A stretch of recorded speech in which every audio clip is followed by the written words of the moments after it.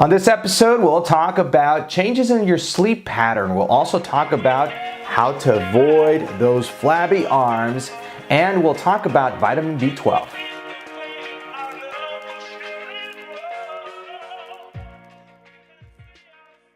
Hello everyone, and welcome to episode 117 of the AskDrA show. I'm Dr. Alvarez with Endobariatric, and thanks so much for submitting your questions. You know the drill, send me your questions, and of course, don't forget to subscribe to the show. That way you don't miss any of the future shows. Let's go into the show. Since I had my surgery, my sleep patterns have changed. Does this happen to all sleep patients? Yeah, so changes in your sleep cycle, does it happen to everyone? The answer is no. Actually, it's a minimal amount of patients, that have changes in their sleep cycle, but it does happen. And let me tell you on who we see this change in their sleep patterns. People who have a high BMI, a lot of weight to lose, and all of a sudden they get surgery. And the amount of energy they require to move their body mass is quite a bit, all right? The amount of energy and the amount of sleep to recover for that energy is quite a lot, or an already established pattern.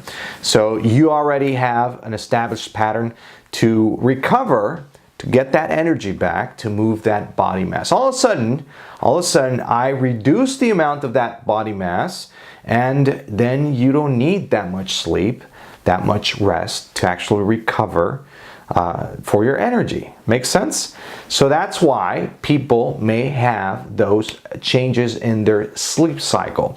All of a sudden, you need less sleep to recover for that energy, to move your body mass. And as you get slimmer, that energy normally is less. So what we normally see is that patients will require less sleep throughout their nights.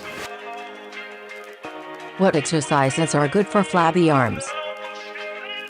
All right, that is a very, very good question, and that is where our personal trainers come into play. And the personal trainer is part of our multidisciplinary team, along with the psychologist, along with the nutritionist, and of course the personal trainer. All these carry out specific jobs and functions throughout the weight loss surgery process.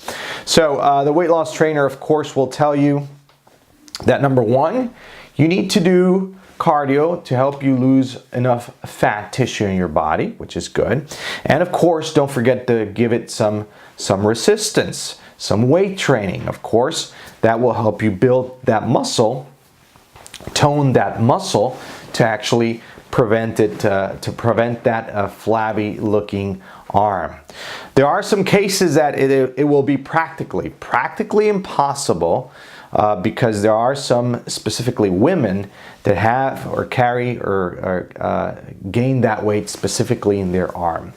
But of course, some cardio along with some weight training, some resistant training helps a lot.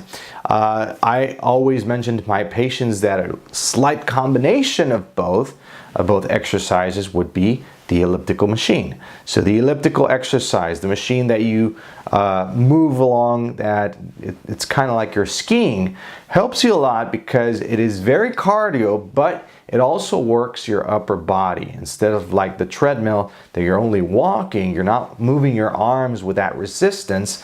The elliptical machine is very good for the weight loss surgery patient. But don't forget, you do need a little extra weight to help you tone your arms. You can also, of course, as I mentioned, starting the question, you can always ask a personal trainer. Those are very important pillars in the post-op phases, because they will see your body type and they will focus on certain areas with certain exercises. Should I take vitamin B12 after surgery? All right, so do you need vitamin B12 as a sleeve patient? I'll answer right away. It is recommended, okay?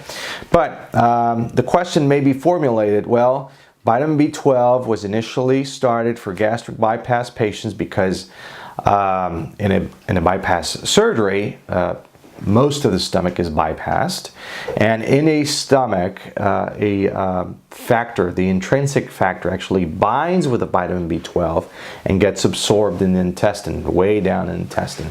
So since the stomach is bypassed, there is no bonding of the intrinsic factor with the vitamin B12. But what happens with the sleeve? What happens with the sleeve? Well, in the sleeve, you're cutting away part of the stomach, or most of the stomach, and you're leaving part of the intact stomach there with the patient. And actually there was a really good article at the beginning of this year, 2007, that talked about this. That part of intact stomach that stays with the patient behind actually makes up with time and starts producing more intrinsic factor. So that is why it is rarely seen a vitamin B12 deficiency with a sleeve patient.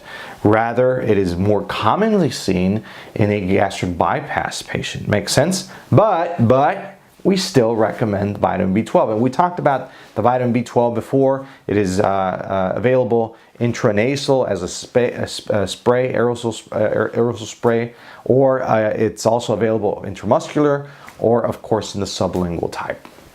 All right, there you go. That's it for episode 117 of the AskDrA show. Question is, believe me, I read each one of your answers, all right? So in your comment section here below.